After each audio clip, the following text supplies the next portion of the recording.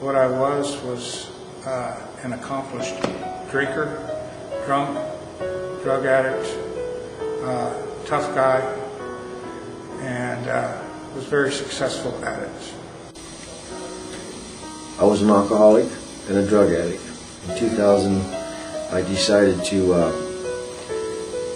couldn't get things done, so I decided, well, this is it. So I overdosed on some pills, and realizing that I would never see my wife or my kids, see my grandkids grow up, I started praying.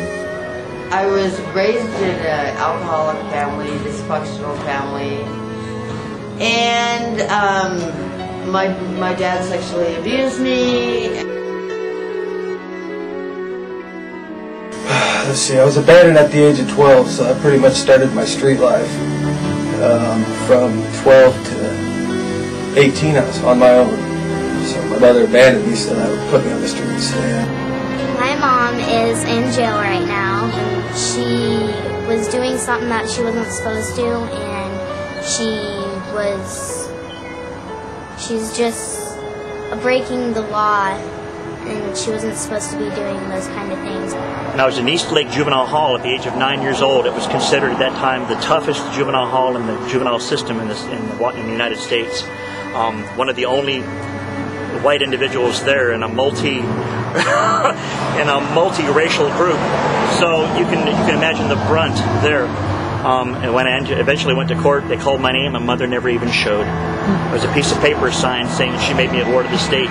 From that time on, I knew nothing but the system. I knew nothing but prisons. I knew nothing but group homes. I knew nothing but foster homes, psychiatric hospitals. I was housed with murderers and fire camps, honor ranches, any place that you could put someone to destroy someone's will, to beat them down, to make them nothing in this world. 3.5 years ago, I went into the Rock and slowly opened my eyes to a man named Jesus Christ. CPS gave me custody of my sister's 4 kids, and with God's strength and Jesus' forgiveness, I've been able to teach them about life and love, and my sister is in jail looking at a lot of time. I live with my aunt because I'm in foster care, and she really loves me. She cares about me, and she wants me to grow up to be a lover of God. God has given me the strength. God has taken away what from the past and all that, and God heals me. I have a career and buying a house for the first time. I'm dedicated to a family for the first time in my life. And now I got permanently hired on here at the gym, and so permanently staffed here at the Lord's Gym. And proud to be here, and it's an awesome experience. During the week, I work at the Lord's Gym at the desk, make sure that things are in order at times, and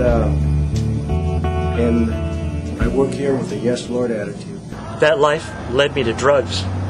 It led me in 1976 to commit a murder. It led me to burglaries, and it led me to a 10-year-long methamphetamine addiction in which I committed sins that I will forever regret.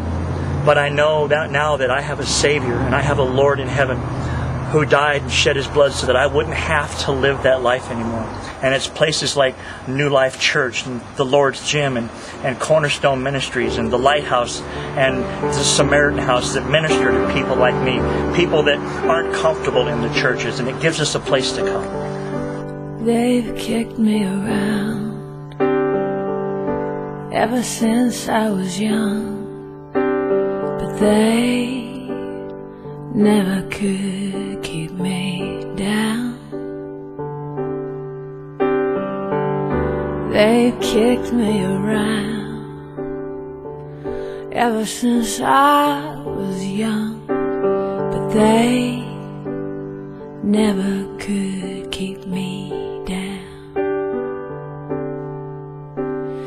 If you hadn't been for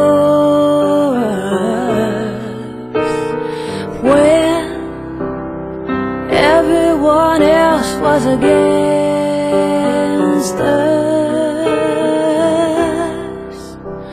we would have been swallowed alive.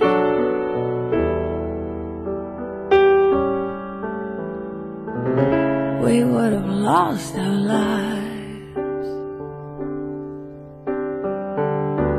They've kicked me around ever since I was young, but they never could keep me